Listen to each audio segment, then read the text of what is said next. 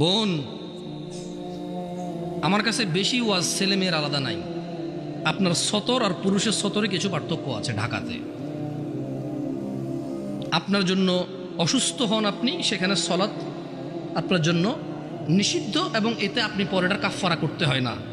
পুরুষ কখনো তার জন্য সলাৎ নিষিদ্ধ হয় না, সে পড়তেই হবে যতদিন সে বেঁচে আছে, একদিনের জন্য তার জন্য নিষিদ্ধ হয় না। এইভাবে কিছু পার্থক্য আছে।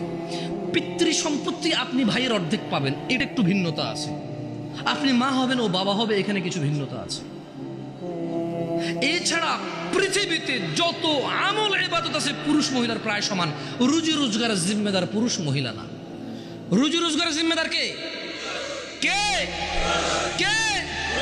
গার্মেন্টস কর্মী আমার ওই বোনরা যারা ঘুম থেকে ওঠে সকালবেলা লক্ষ লক্ষ পুরুষের সাথে ধাক্কাধাক্কি করে গার্মেন্টসে কাজ করতে যায়, ওদের কি বাবা নেই? ওদের কি ভাই নেই?